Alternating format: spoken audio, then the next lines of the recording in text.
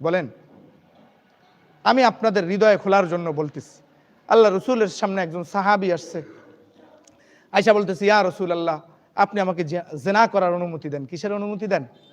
জিনা করার অনুমতি দেন। উপস্থিত সাহাবায়ে কেরাম, আমাদের সমাজে দেখেন না, এমপির সাথে যদি যারা থাকে, দূর থেকে যদি একজন আসে, আয়েশা যদি সে তার আবেদন পেশ করতে চায়, ওই ছেলাবেলা তারা মানে শরীর গিরগিটাইতে থাকে, এরপরে আমরা থেকে কথা বলতে পারি না, আর তুই এইসব দূরের তুন কথা কনের লিগা। তো ওই সাহাবী আয়েশা কথা বলতেছে বলতেছে আবার চাইতেছে জেনাহের অনুমতি। কিসের অনুমতি? আল্লাহ রসুলকে বলে, ইয়া রাসূলুল্লাহ, আপনি আমাকে জেনা করার অনুমতি দেন। আল্লাহ রসুল তখন সাল্লাল্লাহু আলাইহি ওয়াসাল্লাম তাকে তাড়িয়ে দেন নাই, আল্লাহ রসুল সাল্লাল্লাহু আলাইহি ওয়াসাল্লাম বলে, বসো নওজোয়ান, তুমি বসো, তোমার সাথে আমার কথা আছে। আল্লাহ রসুলের হাত মোবারক নওজোয়ানের পিঠে দিছে, পিঠে দিয়া বলে, নওজোয়ান, তুমি কি মানবা এই পৃথিবীর কোনো মানুষ তোমার মার সাথে জিনা করুক, এটা তুমি চোখে দেখে মাইনা নিবা? কয়, ইয়া রাসূলুল্লাহ, আমার হায়াত